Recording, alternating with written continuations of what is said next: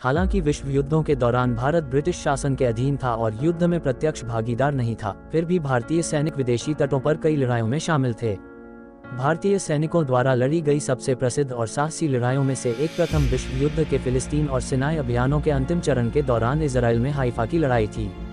आज़ादी से पहले की अंग्रेजों के शासनकाल के दौरान ऐसी अनेकों साहसी वीरों की घटनाएं हैं जिन्होंने पूरे भारतवर्ष को गौरवान्वित किया है।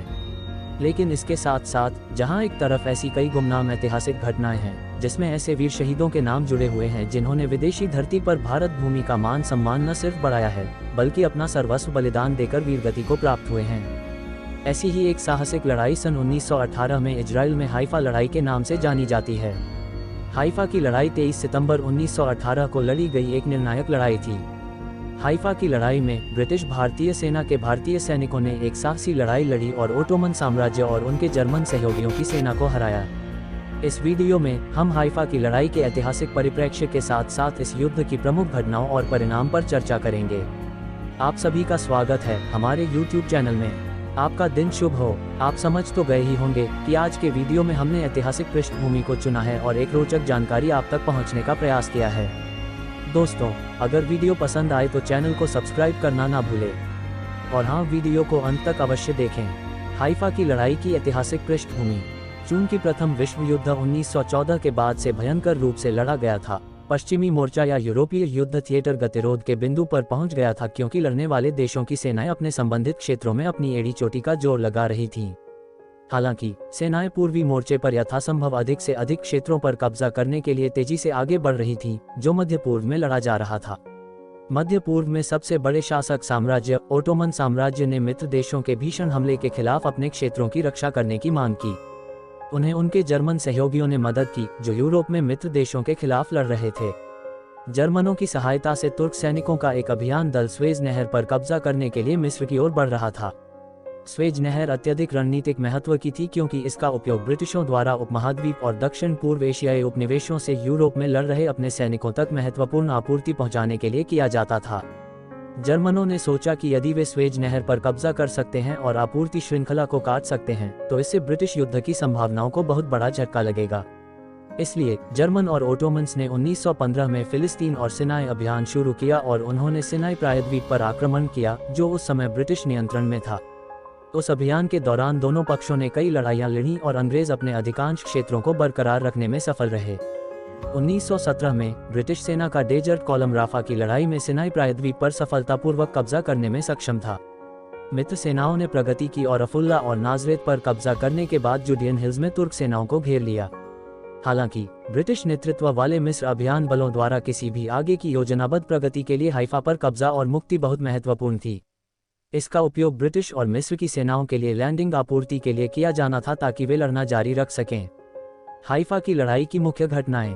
ब्रिटिश भारतीय सेना और ओटोमन सेनाओं के बीच लड़े गए हाइफा युद्ध की प्रमुख घटनाएं इस प्रकार हैं। इस हमले के लिए 5वीं कैवलरी डिवीजन नामक एक घुड़सवार सेना डिवीजन का गठन किया गया था।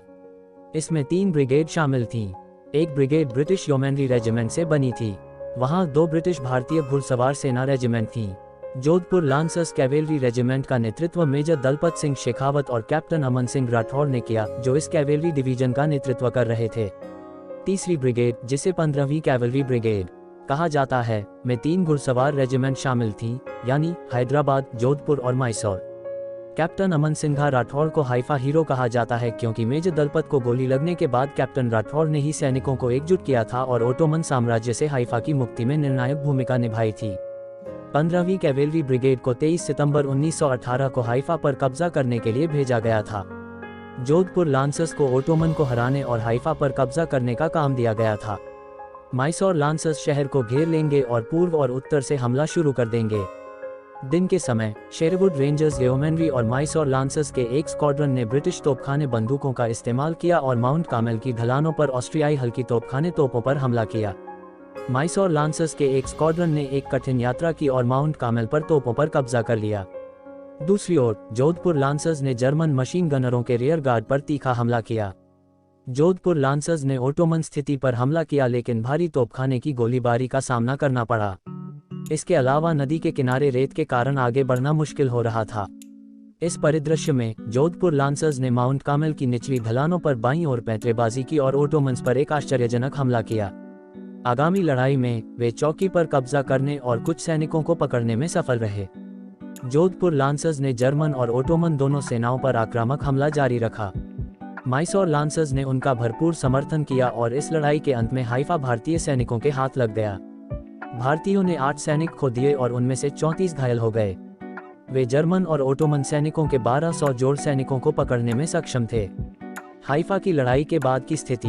हाइफा पर कब्जा करने के बाद 13वीं कैवलरी ब्रिगेड ने हाइफा के उत्तर में स्थित एकर पर कब्जा कर लिया। 26 सितंबर 1918 को हाइफा के अवशेषों से 300 मजबूत सैनिक बेरूत पहुंचे और उन्हें रियाक में अंतर्देशीय जाने का आदेश दिया गया, जो दमिश्क के उत्तर में स्थित था। इस युद्ध में जोधपुर लांसर के commanding officer major Dalpat Singh Shekhawat शहीद हो गए। उन्हें हाइफा नायक माना जाता है और उनके योगदान को मान्यता दी जाती है। ब्रिटिश सरकार ने उन्हें मरणोपरांत मिलिट्री क्रॉस से सम्मानित किया। हर साल भारतीय सेना 23 सितंबर को हाइफा दिवस के रूप में मनाती है। वे जोधपुर, माइसोर और हैदराबाद के 3 घुड़सवार डिवीजनों को सम्मान देने के अनुकरणीय कार्य को याद करते हैं। 3 मूर्ति स्मारक का निर्माण 1922 में नई दिल्ली में उन भारतीय सैनिकों के सम्मान में किया गया था जिन्होंने बहादुरी से लड़ाई लड़ी और हाइफा को ओटोमन के चंगुल से मुक्त कराया। हाइफा की लड़ाई के बारे में प्रमुख तथ्य। प्रथम विश्व युद्ध के पश्चिमी रंगमंच में गतिरोध देखा जा रहा था क्योंकि सभी लड़ने वाले देशों की सेनाएं अपने क्षेत्रों पर कब्जा कर सकती थीं। हालांकि पूर्वी मोर्चे में, जो कि मध्य पूर्वी क्षेत्र था, कुछ हलचलें थीं क्योंकि लड़ने वाली पार्टियां अपने दुश्मनों की कमजोरियों का फायदा उठाने और उन पर पकड़ बनाने के लिए कड़ी मेहनत कर रही थीं। हाइफा की लड़ाई दोनों पक्षों द्वारा अपनाई गई इसी रणनीति का परिणाम थी। माइसोर और जोधपुर लांसर्स, जो ब्रिटिश भारतीय सेना की घुड़सवार सेना डिवीजन थे, ने हाइफा पर कब्जा करने में निर्णायक भूमिका निभाई। भारतीय सैनिकों ने 35 तुर्क और 2 जर्मन अधिकारियों को युद्धबंदी के रूप में पकड़ लिया। इस युद्ध की प्रमुख विरासतों में से एक 1922 में ओटोमन साम्राज्य का पतन था। ओटोमन साम्राज्य के पतन ने सऊदी अरब, जॉर्डन, सीरिया, इराक, जॉर्डन और इजराइल जैसे कई संप्रभु राज्यों को जन्म दिया। हाइफा की लड़ाई में जीत ने ब्रिटिशों को अपनी आपूर्ति बढ़ाने और युद्ध लड़ने में अपने संसाधनों को लगाने के लिए एक अन्य प्रमुख बंदरगाह तक पहुंच प्रदान की। अंग्रेजों ने इस बंदरगाह का उपयोग अपने लाभ के लिए किया और प्रथम विश्व युद्ध में अपनी जीत का मार्ग प्रशस्त किया। जब इस जीत की खबर भारतीय तटों पर पहुंची तो भारतीय जनता गौरवान्वित और प्रेरित हुई। इससे भारतीयों में आत्मविश्वास की भावना पैदा हुई कि उन्हें किसी ब्रिटिश पर्यवेक्षण की आवश्यकता नहीं है और वे अपने देश को स्वयं संभाल सकते हैं। हाइफा की लड़ाई में भारतीय सैनिकों की सफलता के आत्मविश्वास ने भारत के स्वतंत्रता आंदोलन को एक नई गति दी। मुझे उम्मीद है कि आपको ये समझने में मदद मिली होगी। कृपया हमें अपने कमेंट्स के द्वारा विचार जरूर बताएं और हमारे चैनल को सब्सक्राइब करें। धन्यवाद और मिलते हैं अगली वीडियो में। आप सभी का बहुत बहुत धन्यवाद और हाँ, हमारे चैनल को सब्सक्राइब करना ना भूलें।